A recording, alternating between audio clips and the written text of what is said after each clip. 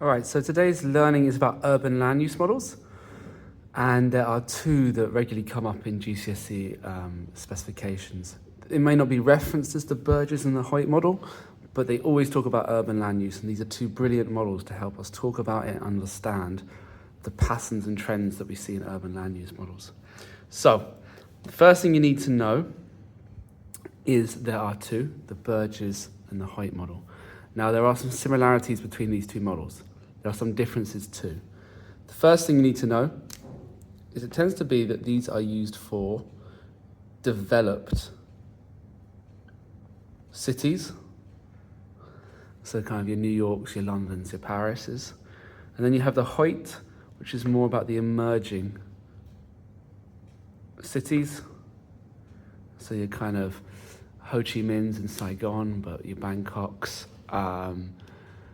you kind of Lagoses too, and things like this. Okay, so we have our high income model and our low income model. So they're not really against each other, they're actually providing different models for different situations. So, if we're going to understand these two models, we need to understand some things. First of all, the words environmental quality are going to be really important, and that's talking about really how much air pollution, noise pollution, and water pollution is in the area. You can kind of think this as a nice area versus a not so nice area, okay? So thinking about your environmental quality, that's going to be important to these models. And then your different categories of land use in cities, because again, these are land use models. So I'll flash these up now. We have residential, which is where people live. We have commercial. These are spaces that are designed to make economic activity. So shopping centres, but skyscrapers and offices. We have recreational, which we know is parks. And then we have institutional. Institutional is one we'll come back to, but this is talking about kind of universities, hospitals, schools, government buildings, police stations. And then the last one we have is industrial, okay? Industrial will be more relevant to the Hoyt model, which is an industrialized city versus the Burgess model, which is a post-industrial city, okay? So, two models used in different situations, but they share a commonality, particularly when thinking about those categories of land use. So what we're now going to do is we're going to jump into the Burgess model, and we'll talk about that now. Okay, so let's talk about the Burgess model. This is often called the centric zone model. And what that essentially means is there is a center, and then there are zones around the center. So think of this a bit like an onion, and each layer has a different characteristics, okay? So the first one is the central business district. Now, things to note the central business district are, in terms of land value, it is incredibly expensive. It's the most expensive, okay? Because of supply and demand, there is, again, it's a very small area, so the supply of land is very small, and there are lots of companies that want their offices to be in this zone, and so supply is low and demand is very high, and so it's incredibly expensive, okay? And that is why we build huge skyscrapers. It's a very small skyscraper, but that is a skyscraper in our central business district, because the land is so expensive, so it's actually cheaper to build a building that's 80 stories tall than it is to buy lots of land, okay? It's home to our transnational companies, which we often call TNCs. So if you're going to find international companies like Facebook, Amazon, Google, you know, they're all in London and they're in the central business district, okay? This area, in terms of its category, is commercial.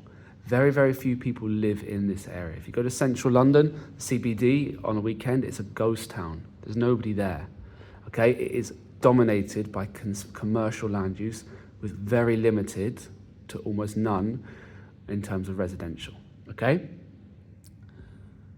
This is identical to the Hoyt model, okay? So our next layer is the inner city. Okay, I'll flash it up, the inner city.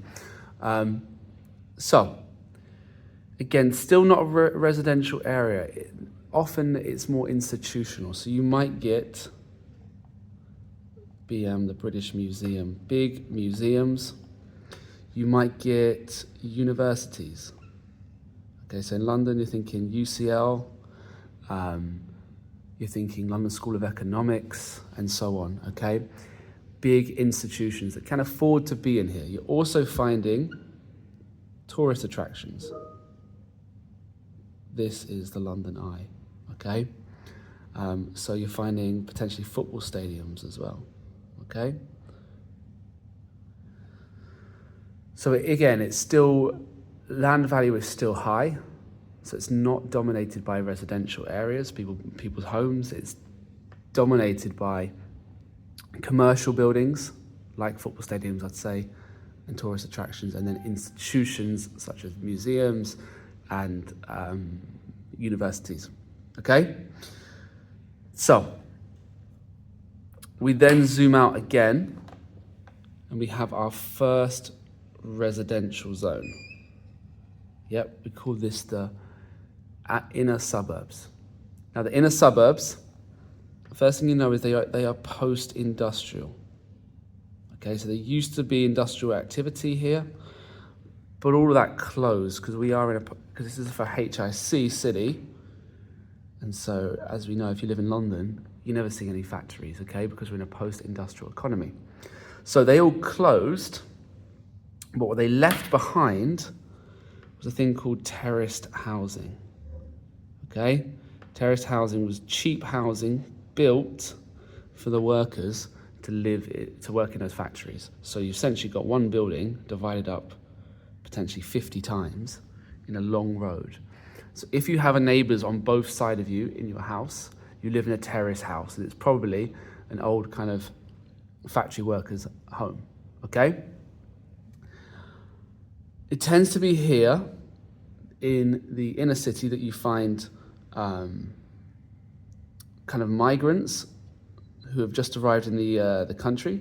So here's my kind of luggage that they're bringing in. So I draw a little arrow to say they're coming in. You tend to find migration in here, particularly for migrants that have come with very little. This is because housing at this point is the cheapest. So they tend to be the most diverse areas. Again, London is very much like this. If you think about South London, West London, East London, even North London, they are very diverse parts of the city. But they also tend to be the areas with the worst environmental quality because they are so densely populated, lots of people live in there. You tend to get lots of air pollution, lots of noise pollution, and less so in a high-income city, but you also get kind of water pollution as well. What else do you need to know? It tends to be kind of the most crime. So you get a bit of graffiti going on, kind of petty crimes, muggings and so on like this. Again, why is that? Well, it tends to be the lowest income area. So you have people in residential areas with low incomes, there's prone to be kind of criminal activity. I'll say here, I grew up in the inner city. I absolutely loved it, okay? The most exciting, dynamic parts, lots of different people, lots of different characters. I absolutely loved it. But the environmental quality is at its lowest. The housing is at its cheapest, okay? So Burgess then suggested that there was a final model, or a final zone around our centre, and this was the outer suburbs. Okay. Now, the outer suburbs, this is your suburban living. So people's homes are either semi-detached, kind of meaning there's one big house divided into two, or you have a big detached house with no neighbours, okay? You've got high personal car usage, because again, the public transport's not so great. Terrible, terrible car. Environmental quality is high. Again, there's a lack of noise pollution. You can hear the birds and the bees. There's a lack of air pollution too, because there just simply aren't that many cars. There is some air pollution, but not nearly as much. House prices have got more expensive here, okay? But this is a commuter zone. So what happens is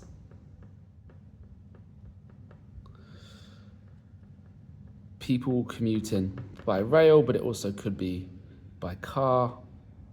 They travel into the central business district, they earn their high wage, they return home, and they live that very affluent lifestyle in the suburbs, okay? Yeah, and that's pretty much it for the Burgess model. Yeah, again, the big land use in these two here is residential. So in the inner city and the in the inner suburbs and the outer suburbs, you're very much residential, okay?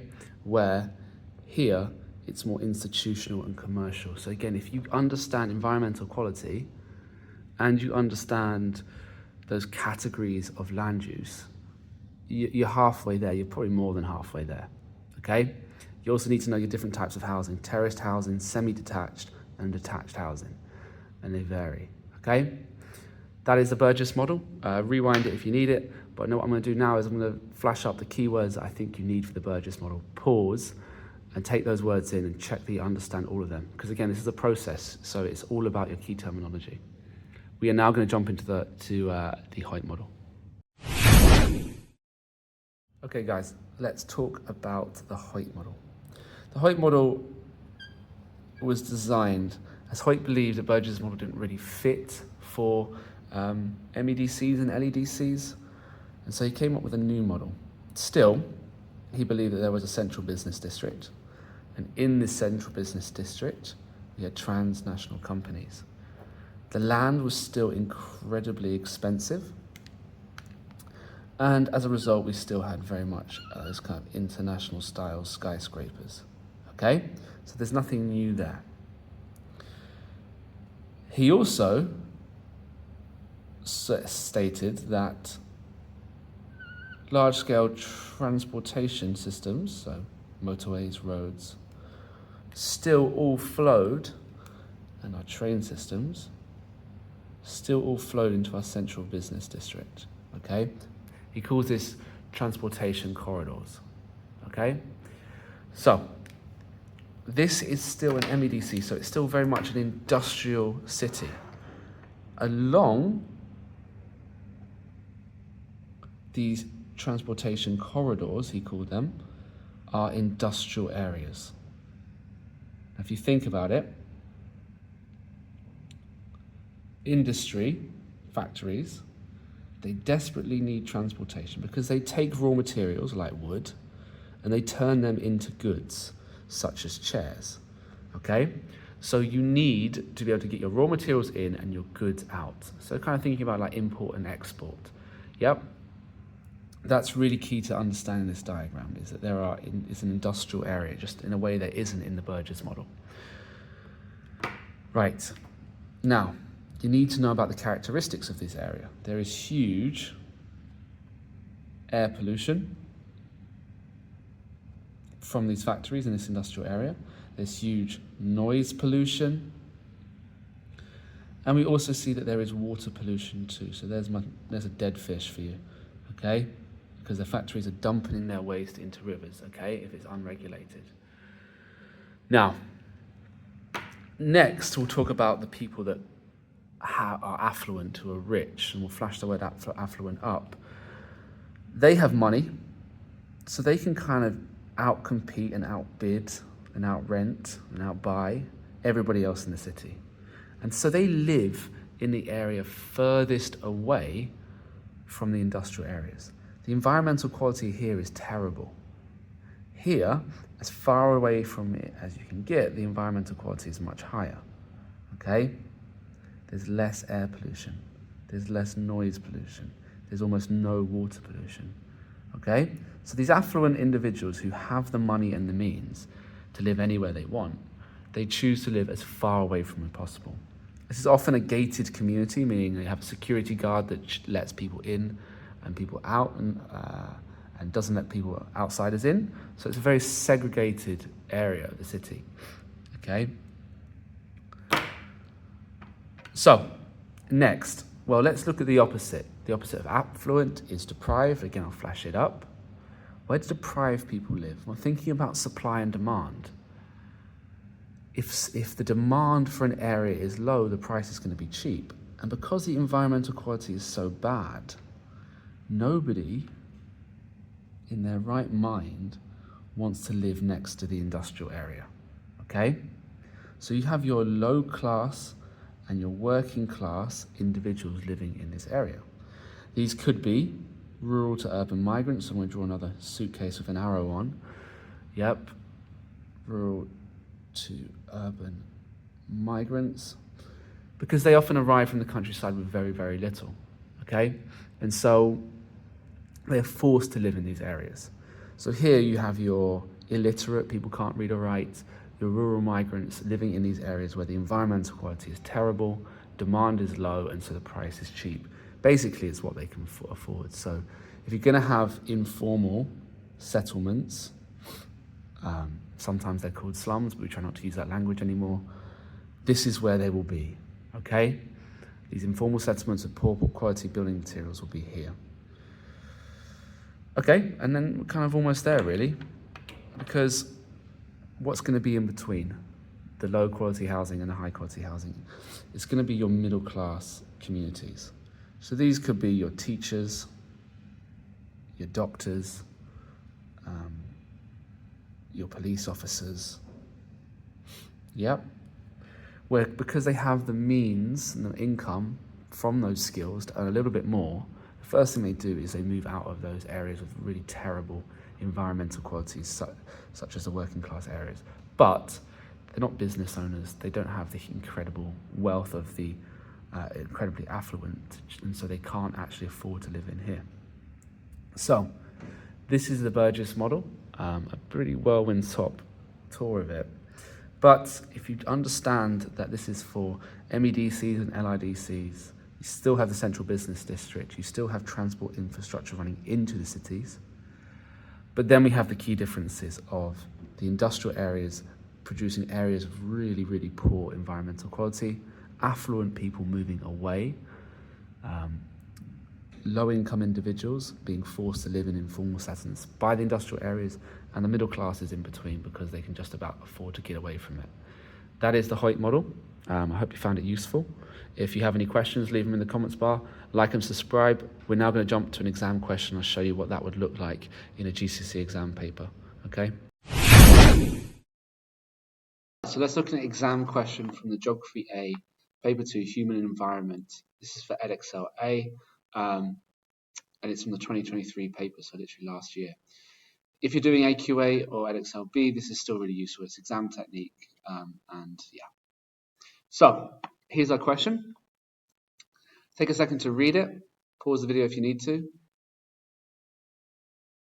We're going to bug it. Box the command word. Explain. Underline. Suburbanization. UK. And then reason as well. So it's about causes. And then we glance at the marks. Okay, it's 2 marks. So it's going to be point, because. And that's going to be it. So it's going to literally be one sentence. So we need to understand what suburbanization is. It's the movement of people from inner city areas to suburban areas or the outer city. So basically people moving from the inner suburbs to the outer suburbs. That's suburbanization. So let's look at the mark scheme and see what you could have said to get this mark. Availability of land, so supply and demand. Transportation links, it's a good commuter zone. It's quite a nice one to write about. You can commute in via those transport routes. Crime rates are lower, air pollution is less. Basic environmental quality is a lot better. People working from home, quieter, again, environmental quality, and so on. I would pause this and I'd take a second to read and see how the examiner gets 1 mark for the reason, and a 2nd mark for further explanation. Also check that here it says any appropriate response. So what I'm going to do is I'm going to show you 3 examples of responses that I would have awarded 2 out of 2 for. So again, this is going to be our structure because we know it's 2 marks. So 1 blank is, here, drop it in. 1 reason is, where possible, always use the word from the question. Okay, so 1 reason is, there goes your point, then here comes your extension with because. So 1 reason is that the availability of land in the central urban areas has reduced. Okay, more competition from transnational companies and so on. People can't afford to live there because this has increased development costs in those areas. So we're talking about development costs, buying the land, building the land has got more and more expensive. People can't afford it. Again, so it's absolutely about supply and demand. One reason is the urban-rural fringe offers a quieter, more picturesque view from homes and offices. So for me, again, about environmental quality, because this makes these locations more attractive to potential developers. Easier to build. If you build a house in a nice area with a good environmental quality, you're going to sell it very quickly. Last one. One reason is the population of the UK is increasing, because this means that demand for new additional housing is also rising. I mean, how simple is that? Okay, increased amount of people living in the UK, therefore we need to build them more homes, and this is often in suburban areas.